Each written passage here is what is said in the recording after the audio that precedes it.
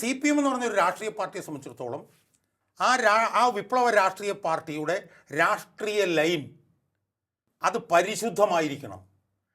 മനസ്സിലായില്ലേ? അത് വെള്ളം ചേർക്കാത്തതായിരിക്കണം. കാരണം ഒരു കമ്മ്യൂണിസ്റ്റ് പാർട്ടിയെ സംബന്ധിച്ചിടത്തോളം അവരെ നെഞ്ചോട് ചേർത്ത് പിടിക്കുന്നതാണ് അവരുടെ രാഷ്ട്രീയ നിലപാട്. ആ നിലപാട് ഒരു ദിവസം ഒന്നും വേറൊരു ദിവസം വേറൊന്നും ആകാൻ പറ്റില്ല. അതിനൊരു രാഷ്ട്രീയ നിലപാട് വരും. അതിൽ VS എടുത്തിട്ടുള്ള നിലപാട് അതൊന്നും ഇവിടെ ഒരു ദൃശ്യമാധ്യമങ്ങളും ചർച്ച ചെയ്യുന്നില്ല. 17 വർഷക്കാലം ഐസ്ക്രീം പാർലർ കേസിൽ VS പോരാടിയില്ലേ? അതിനൊക്കെ സമാനതകൾ ഈ കേരളത്തിലെന്നല്ല ഇന്ത്യയിൽ തന്നെ എവിടെയെങ്കിലും ഉണ്ടോ? അപ്പോൾ മുസ്ലിം ലീഗിനെ കൊണ്ടുവരുന്നതുമായിട്ട് ബന്ധപ്പെട്ടുള്ള പ്രശ്നം VS ഉള്ളത് കൊണ്ടല്ല, അല്ലെങ്കിൽ എന്നേ മുസ്ലിം ലീഗ് പിന്നെ ഇപ്പുറത്ത് വരുമായിരുന്നു. അതൊരു വശം. മറുവശത്ത് DICക്കെതിരെ നടത്തിയ പോരാട്ടം, കരുണാകരനെ കൊണ്ടുവരാനായിട്ട് കരുണാകരനുമായിട്ട് പിണറായി വിജയൻ ചർച്ച വരെ നടത്തി കഴിഞ്ഞു.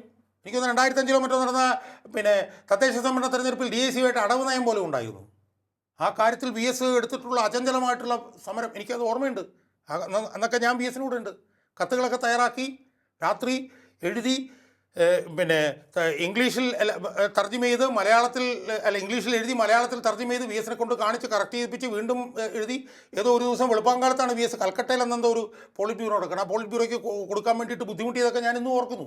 ആ ഡൽഹിയിൽ പിന്നെ കൽക്കട്ടയിൽ നടന്ന പോളിറ്റ് ബ്യൂറോ വെച്ചിട്ടാണ് DICയായിട്ട് ഒരു ബന്ധം വേണ്ട എന്ന് തീരുമാനിച്ചത്.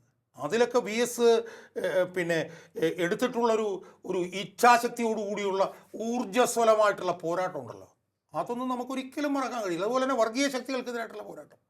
അല്ല, ചിലപ്പോൾ അദ്ദേഹത്തെ ചിലരൊക്കെ തന്നെ ചില സാഹചര്യങ്ങളിൽ മുസ്ലിം വിരുദ്ധനായിട്ടൊക്കെ ചിത്രീകരിച്ചിട്ടുണ്ട്. അത് അദ്ദേഹത്തെ വിഷമിപ്പിച്ചിട്ടുണ്ടായിരുന്നു? അല്ല ലിയോ, ഇതിനകത്ത് മുസ്ലിം വിരുദ്ധനാണ് അദ്ദേഹം എന്ന് തോന്നുന്ന ചില പ്രസ്താവനകൾ അദ്ദേഹത്തിൽ നിന്ന് ഉണ്ടായിട്ടുണ്ട്. അത് രണ്ടെണ്ണമാണ് പ്രധാനമായിട്ട് ഞാൻ പറയാം. ഒന്നെന്ന് പറയുന്നത് മുസ്ലിം പെൺകുട്ടികൾക്ക് മത്സര പരീക്ഷകളിൽ റാങ്ക് കിട്ടുന്നത് കൃത്രിമത്തിലൂടെയാണ് എന്നൊരു പ്രസ്താവന VS നടത്തിയിട്ടുണ്ട്.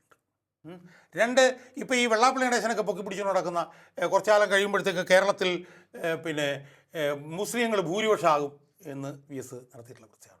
ആ രണ്ട് പ്രസ്താവനകളും മുസ്ലിം മതന്യൂനപക്ഷങ്ങളുടെ അവരുടെ മുസ്ലിം മനസാക്ഷിയൊക്കെ നോവിപ്പിച്ചിട്ടുണ്ട്, അവർക്ക് മനോവ്യഥ ഉണ്ടായിട്ടുണ്ട് എന്നുള്ളത് വസ്തുതയാണ്, ഇല്ലെന്ന് ഞാൻ പറയുന്നില്ല. പക്ഷേ അത് VS മനഃപൂർവ്വം ഒരു മുസ്ലിം വിരുദ്ധനായതുകൊണ്ട് ചെയ്തതാണ് എന്ന് ഞാൻ വിശ്വസിക്കുന്നില്ല. കാരണം VS ഇതുപോലുള്ള പാർട്ടികൾക്കെതിരായിട്ടൊക്കെ അതിശക്തമായിട്ടുള്ള പ്രതികരണങ്ങളാണ് VS നടത്തിയിട്ടുള്ളത്.